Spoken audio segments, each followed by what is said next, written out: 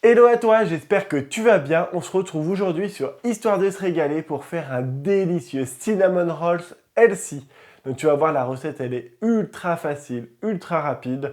Donc c'est parti, on s'y met tout de suite. Donc on va commencer par prendre du lait. Donc on peut prendre du lait classique ou du lait végétal. Moi ici là j'ai mis du lait de noisette dans lequel on va délayer la levure fraîche. Alors quand on prend de la levure, ce qui est bien important, c'est de savoir qu'on peut utiliser aussi bien la levure sèche de boulanger ou de la levure fraîche. Donc on va avoir une équivalence de 11 g de levure sèche de boulanger pour à peu près 27 à 28 g de levure fraîche. Mais surtout pas de levure chimique, hein, ça marche pas du tout de la même manière.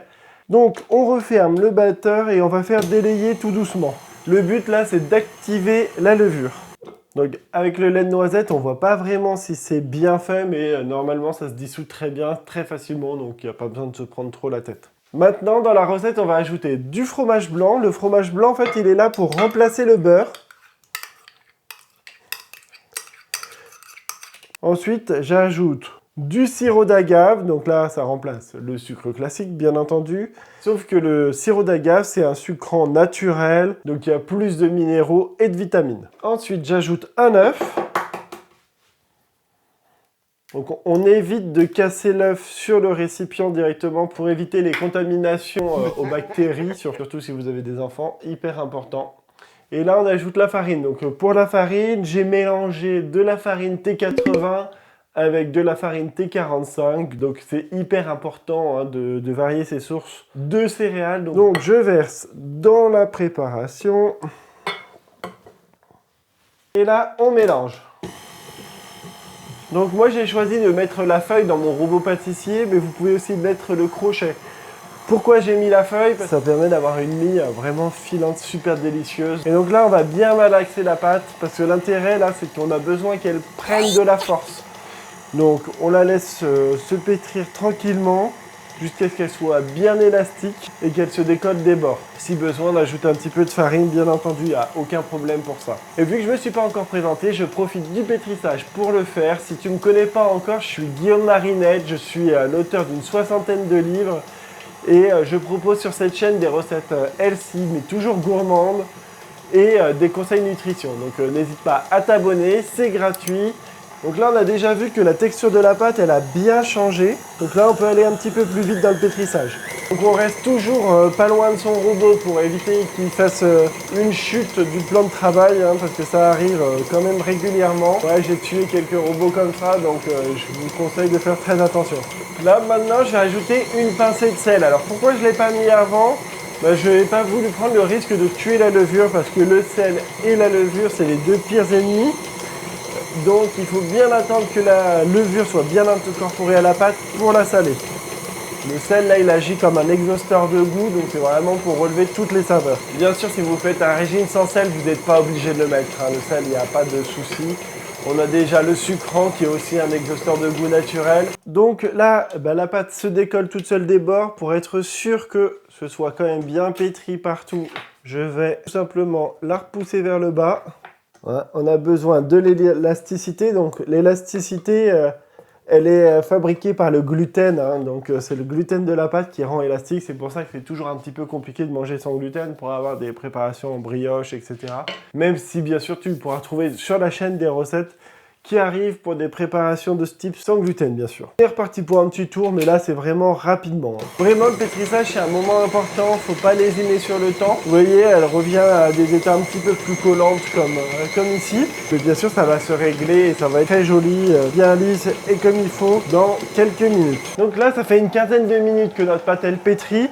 Donc on voit qu'elle a la bonne texture là, donc on peut l'arrêter. Donc ce qui est important, hein, c'est qu'elle ne colle pas trop les bords et que quand elle la touche, elle soit collante mais pas trop, légèrement collante on va dire, hein. Donc là je rabats la pâte pour faire une boule. Là je couvre un tissu et on va laisser gonfler pendant 1h30 à peu près, 1h30 à température ambiante. Donc pendant que la pâte lève, on va en profiter pour préparer la petite crème là qu'on met à l'intérieur pour donner le goût de la cannelle. On prend de la purée d'amande. Donc là, c'est de la purée d'amande complète, c'est pour ça qu'elle est un petit peu foncée. J'ajoute du sucre, donc là, c'est du sucre non raffiné. On peut mettre aussi du sucre de coco. Et bien sûr, ma cannelle. La purée d'amande, c'est toujours une bonne idée parce qu'elle est pleine de nutriments. Elle est riche en phosphore, en calcium, en potassium, en vitamine D. Donc ça va aider à booster ton métabolisme, donc faut pas hésiter à en utiliser régulièrement. Donc là, ma préparation, elle manque de liant, donc là, je vais ajouter un petit peu d'eau. Et bien sûr, je vous l'ai déjà dit quand je vous ai fait d'autres recettes, mais la cannelle, c'est hyper important. C'est un antioxydant naturel, ça améliore les capacités mentales et physiques et ça permet de bien réguler la glycémie dans le sang. Donc là, je remets encore un tout petit peu d'eau. Après, vu qu'on va l'étaler sur la brioche, il faut que ce soit liquide, mais pas trop. Voilà, là, on a la bonne texture pour que ce soit facilement étalable. Donc, je vais la laisser reposer et on se retrouve dès que la pâte a gonflé. Alors, notre pâte a bien levé, normalement. On va vérifier ça tout de suite. Et je vais la dégazer. C'est-à-dire que je la fais retomber, hein, tout simplement. Donc, elle colle un petit peu en dessous, c'est normal. Donc je boule, c'est-à-dire que je ramène la pâte qui est au-dessus, qui est quasiment pas collante, sur le dessous, pardon. Et je vais pouvoir étaler la pâte. Et là, le but, c'est de lui donner une forme de rectangle pour pouvoir étaler avec une épaisseur constante. Ça fera plus joli à la découpe. Ça sent bon, ça a une levure. J'adore ça, moi, personnellement. On n'a pas besoin que ce soit un rectangle parfait. Et on a un grand carré qui fait à peu près 60 cm par 40. Pour notre préparation de tout à l'heure, on n'a pas mis beaucoup de sucre dans la pâte parce qu'on a 60 g de sirop d'agave pour 500 g de farine.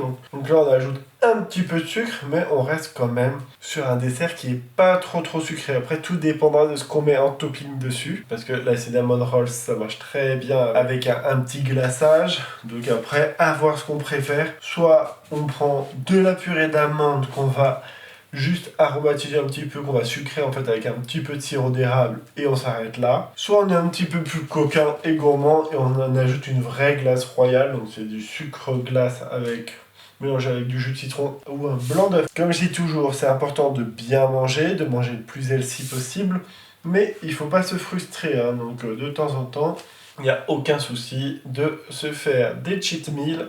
Ce qui est bien, c'est que quand on réduit le sucre petit à petit, en faisant mes recettes par exemple, vous allez vous rendre compte qu'après c'est hyper écœurant les desserts un peu classiques. Par exemple les cinnamon rolls là, qu'on trouve chez Ikea. Après avoir l'habitude de manger cette recette-là, moi personnellement je les aime plus du tout, alors qu'avant je les adorais. Ce que je vais faire, c'est rouler bien serré. Donc, je rabats. Et là c'est parti, je serre le plus possible. Mais plus ça sera serré, plus ça donnera le côté régulier à la pâte. Et voilà, là j'ai mon boudin. Et donc là on va couper des tranches, hein, tout simplement. Donc moi les extrémités je les fais toujours cuire à part. Elles sont moins jolies. Donc vous voyez je prends à peu près 2 doigts pour l'épaisseur des cinnamons. Voilà, donc là on a nos jolis roulés. Vous voyez, après, il suffit juste de les remettre comme ça au moment de les mettre dans le moule et ils sont parfaitement ronds. Et je vais disposer donc mon petit cinnamon les uns contre les autres. Ou pas. Hop. Et voilà. On a notre cinnamon rolls qui est quasiment prêt. Donc là, avant de partir au four, on va lui laisser une petite demi-heure à gonfler à température ambiante. Donc je remets un petit torchon. Et voilà, on a attendu 45 minutes. Le cinnamon rolls est prêt. Regardez, il est trop beau. Il a bien gonflé. Il reste plus qu'à l'enfourner. Donc c'est parti pour 25 minutes à 180 degrés. Et voilà, le cinnamon rolls est prêt. Il n'y a plus qu'à le décorer et à le déguster. C'est le meilleur moment de la recette. J'ai décidé de faire une glace royale. Donc là, je vais faire simplement des petits filaments comme ça. Donc à l'aide d'une poche à douille. Vous pouvez le faire aussi à la cuillère, hein, c'est pas du tout un problème.